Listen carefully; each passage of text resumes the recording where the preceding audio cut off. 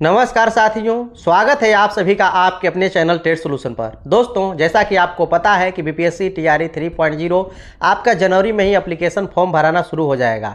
तो इसी को देखते हुए मैं आप लोगों के लिए काफ़ी ही महत्वपूर्ण सेशन लेकर के आया हूं आपके डॉक्यूमेंट को लेकर के कि आपका डॉक्यूमेंट ठीक है या नहीं है और कौन कौन से डॉक्यूमेंट आपको चाहिए, टीआरई 1 टीआरई 2 में कौन कौन से डॉक्यूमेंट चाहिए, इन सब के बारे में हम लोग डिटेल से बात करने वाले हैं। और दोस्तों, आप लोगों का ये भी एक टेंशन है कि हम लोग बात करें कि ये जो वैकेंसी है ये आपको अगस्त में आने वाली थी और ये आ गई आपको फरवरी में ही, तो क्या आपको होने वाला है। जो भी आपको वंचित हो जाएंगे बहुत सारे ऐसे कैंडिडेट जो कि अभी अपीयरिंग में है, बीएड में अपीयरिंग हो या फिर डीएलएड में अपीयरिंग हो या फिर एस्टेट उस समय का जो आपको होने वाला है, उनको मौका मिलने वाला था जो कि आपको नहीं मिल पाएगा।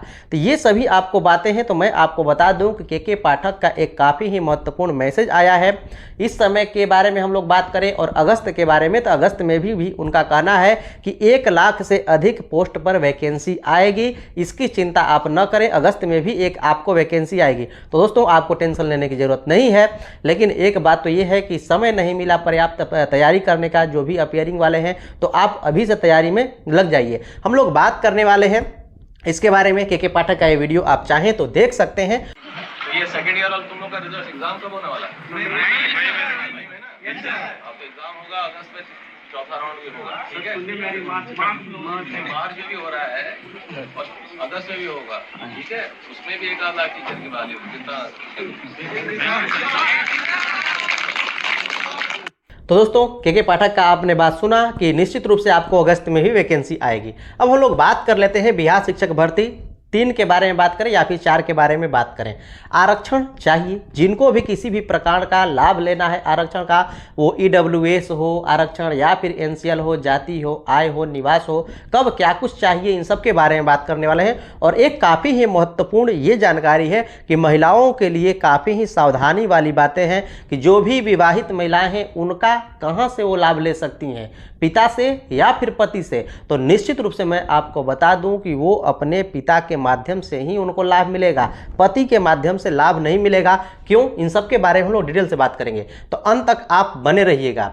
कौन कौन से डॉक्यूमेंट आपको बनवाना है इसके बारे में हम लोग बात करने वाले हैं। कौन कौन से डॉक्यूमेंट में आपको त्रुटि है उनको सुधार करना जरूरी है और किस में क्या है उसके बारे में हम लोग बात करने वाले हैं। नहीं तो बहुत सारे ऐसे कैंडिडेट जो कि टीआरई 1 टीआरई 2 के हैं, जिनको आपको सब कुछ होने के बाद भी उन्हें बाहर कर दिया गया उनके डॉक्यूमेंट में त्रुटि होने के कारण।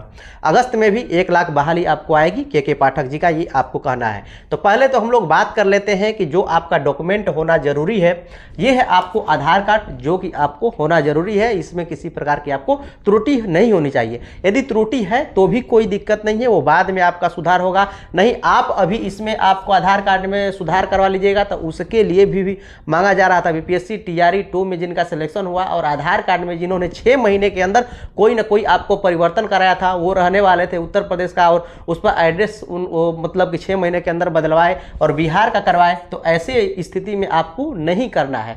6 महीने से पहले का आपका यदि चेंजिंग है तो कोई पूछ नहीं है, नहीं तो आपको कोई चेंजिंग विशेष नहीं करनी है। आपके डेट ऑफ बर्थ में कुछ विशेष आपको चेंजिंग नहीं करनी है, उससे कुछ नहीं होगा। डॉक्यूमेंट वेरिफिकेशन में कुछ क्लियरेशन आपसे मांगा जाएगा जो कि आपको वही मान्य होगा। डेट ऑफ बर्थ के बारे में बात करें तो जो आपका सर्टिफिकेट है 10th का, वही आपको डेट ऑफ बर्थ होना चाहिए आधार कार्ड पर। यदि नहीं है तो भी कोई टेंशन नहीं है। आधार कार्ड में नया आपको परिवर्तन नहीं करना है किसी भी प्रकार का।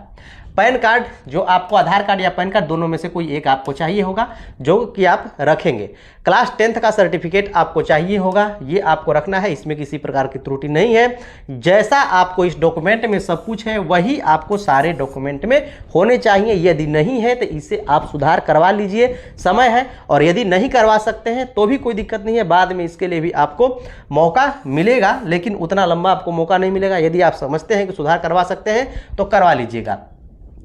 आगे हम लोग क्लास 12th का सर्टिफिकेट चाहिए, ग्रेजुएशन का आपको मार्कशीट चाहिए। हम लोग बात करें बीएड का सर्टिफिकेट चाहिए और डीएलएड का सर्टिफिकेट चाहिए। अपीयरिंग को इसमें मौका नहीं मिलने वाला है, ठीक है ना। ये बातें आपको जरूरी है। और जब फॉर्म भराने जाइएगा तो स्कैन करवाया जाएगा आपका सिग्नेचर, वो आपको चाहिए होगा। साथ साथ जिनको जाति की आवश्यकता है उनका जाति आपको अप टू डेट होना चाहिए, ये बात आप ध्यान दीजिएगा। आय के बारे में हम लोग बात करें तो आय भी आपको चाहिए, जिनको EWS एनसीएल बनवाना है वो भी अप टू डेट आपका होना चाहिए, तो अभी इसको बनवाना होगा। निवास आपको बनवाना होगा, ठीक है ना, और निवास वही होगा जो पिता का निवास है, वही आपका निवास होने वाला है। EWS एनसीएल विवाहित महिलाओं का जाति निवास EWS एनसीएल पिता के पते का होना चाहिए। क्यों पिता का पते का होना चाहिए? आप कहेंगे कि जो विवाहित हो गई उसको पति का पते क्या होना चाहिए, पिता का पते क्यों होना चाहिए? तो बीपीएससी का दोस्तों इसके लिए ऑलरेडी जारी किया गया है कि किसके लिए क्या कुछ होना चाहिए। आप यहाँ पर पढ़ सकते हैं, कहाँ पढ़ सकते हैं आप यहाँ पर, अनुसूचित जाति उम्मीदवारों के लिए जाति प्रमाण पत्र महिला उम्मीदवार के पिता के नाम, पिता के पते का आपको होना चाहिए, ठीक है ना, पिता के ही पते का आपको लगने वाला है, ये बात आप ध्यान दीजिएगा। वो एनसीएल हो, जाति हो या फिर कुछ भी हो, पिता के पते का लगेगा। आय भी आपको पिता के पते का लगेगा।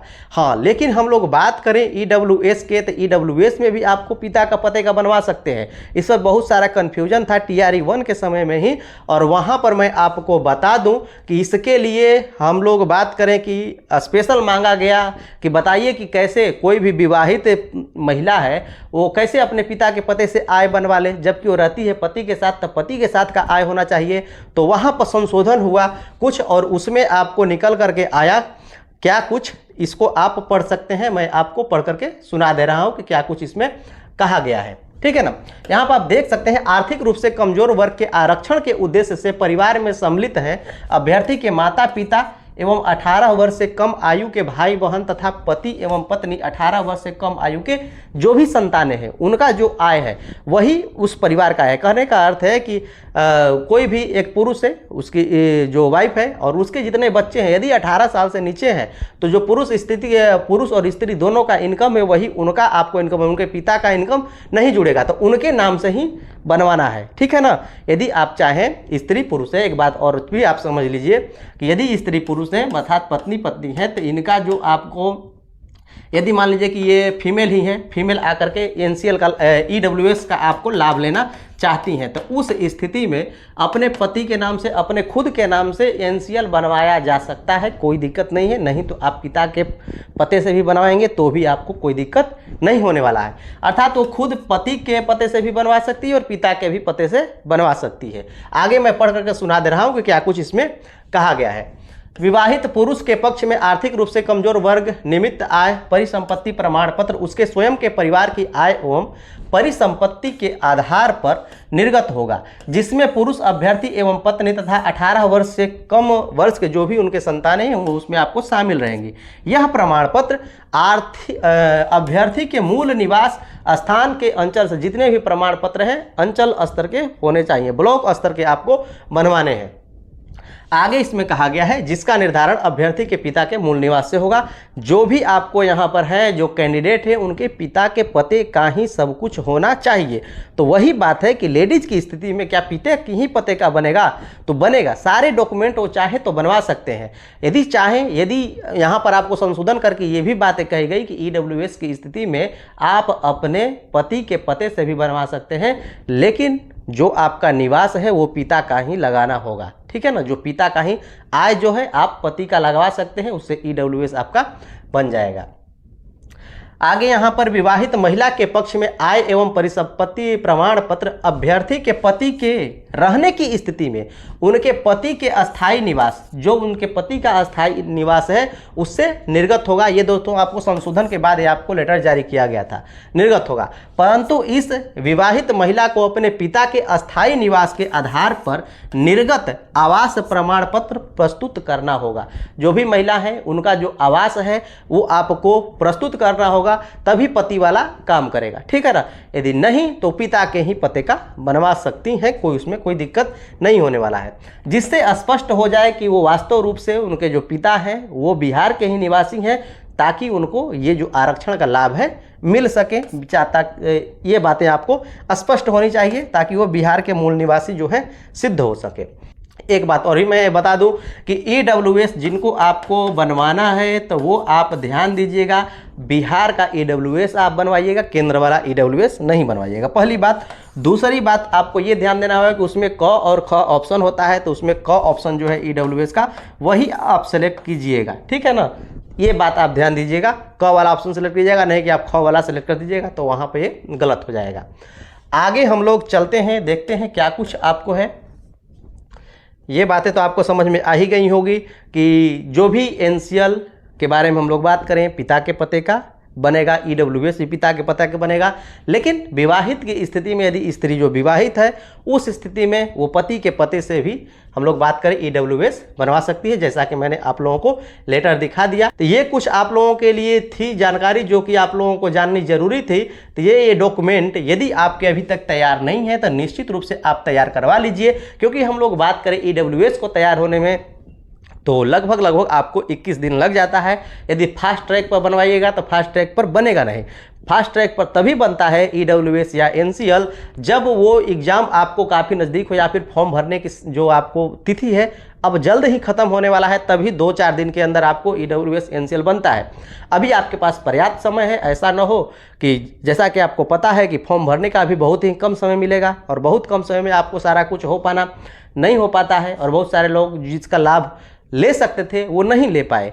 तो इसके से अच्छा है कि आपके पास समय है, 20 दिन का समय है, लगभग 18 दिन का, तो आप बनवा लीजिए EWS NCL, जाति, आय, निवास सब कुछ बनवा लीजिए और इसका आप लाभ ले लीजिए, क्योंकि यदि आप इसके हकदार हैं तो निश्चित रूप से आप लाभ ले सकते हैं। समय आपके पास है, ले लीजिए, नहीं तो निश्चित रूप से आप लोगों का देर हो जाएगा, और जब देर हो जाएगा तो रोने के सिवा आप लोगों के पास कुछ बचेगा नहीं, क्योंकि एक एक अंक से सिलेक्शन हो भी सकता है, सिलेक्शन छूट भी सकता है। तो मैं ऐसा करता हूं कि आज का सेशन आप लोगों को काफ़ी बेहतर लगा होगा। यदि बेहतर लगा है तो लाइक से सब्सक्राइब करना नहीं भूलिएगा, जरूर कर दीजिएगा। चलिए मिलते हैं नेक्स्ट सेशन में, अभी के लिए इतना ही। देखने के लिए धन्यवाद।